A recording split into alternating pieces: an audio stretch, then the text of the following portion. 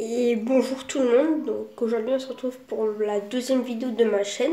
Donc comme je vous avais dit dans la première vidéo, je vais vous présenter une vidéo plus détaillée de mon aquarium. Donc on va déjà pas faire le tour. Donc l'aquarium, c'est un aquarium que j'ai acheté sur le Bon Coin.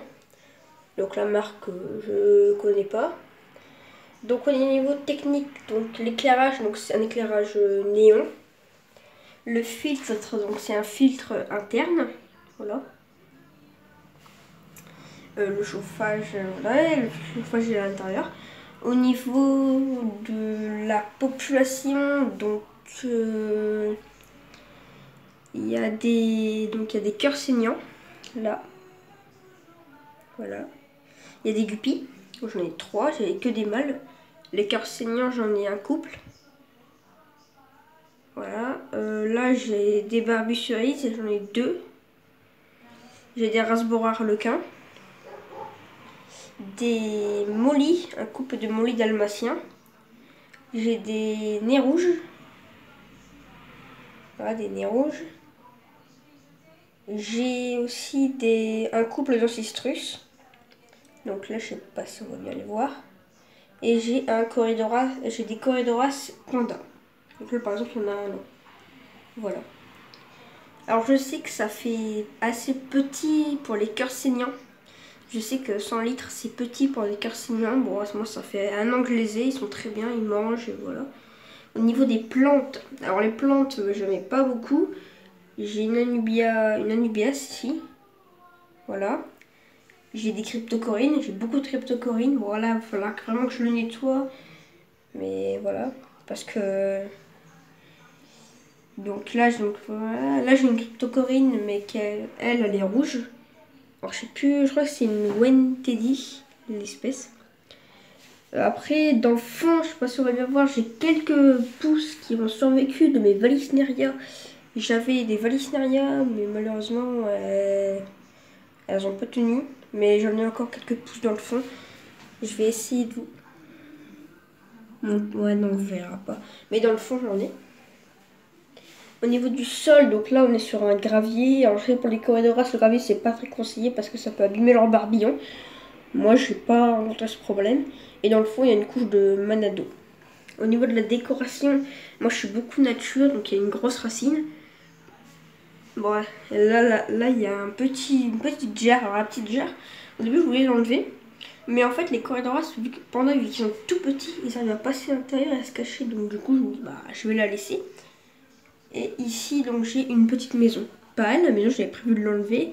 Mais mes ancistrus, ils squattent dedans. Donc, du coup, je me suis dit, bah, je vais la laisser. Donc, ensuite, bon, bah là, il y a un thermomètre. Donc, l'eau, elle est à 25 degrés tout le temps. Parce que c'est un aquarium amazonien, enfin amazonien, entre guillemets. Donc, l'eau, il faut qu'elle soit chauffée. Après, donc, bon, là, je suis un peu enrhumée. Hein, c'est pour ça que je parle un peu du nez. Désolée. Donc là, voilà.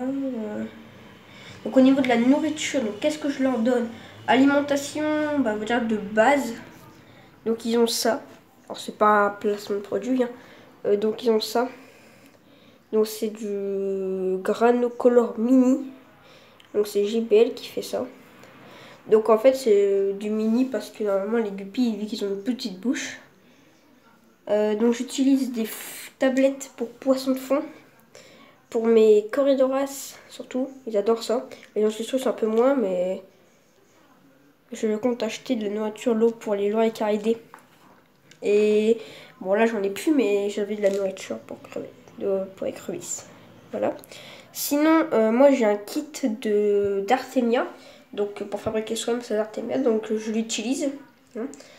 Et puis aussi quelques temps, surtout mes ancistrus et aux mollies, je leur donne de la courgette, de la salade, des carottes. Ils adorent ça. Alors c'est important, hein. Surtout varier l'alimentation de vos poissons, c'est extrêmement important. Pour qu'ils soient en bonne santé, il faut vraiment leur donner beaucoup d'alimentation, surtout de la nourriture vivante. Parce que dans la nature, les poissons ils se nourrissent de nourriture vivante. Donc surtout, voilà, vous pouvez vraiment leur donner ça.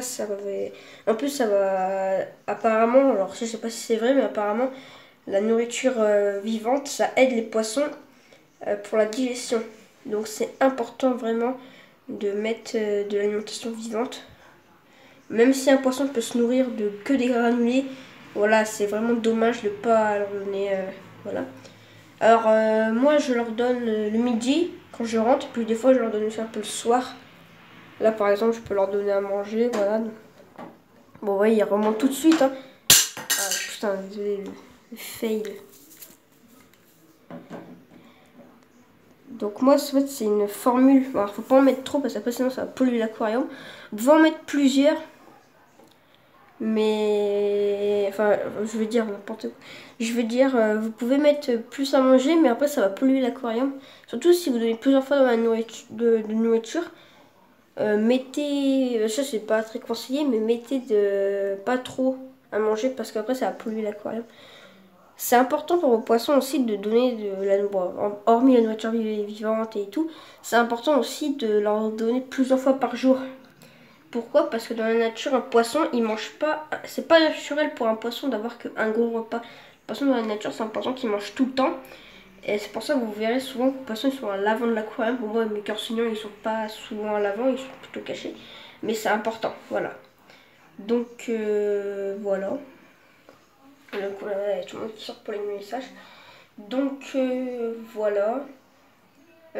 Après, qu'est-ce que je peux dire de plus? Ben, moi j'ai pas de kit CO2 pour mes plantes. Alors je sais que c'est conseillé.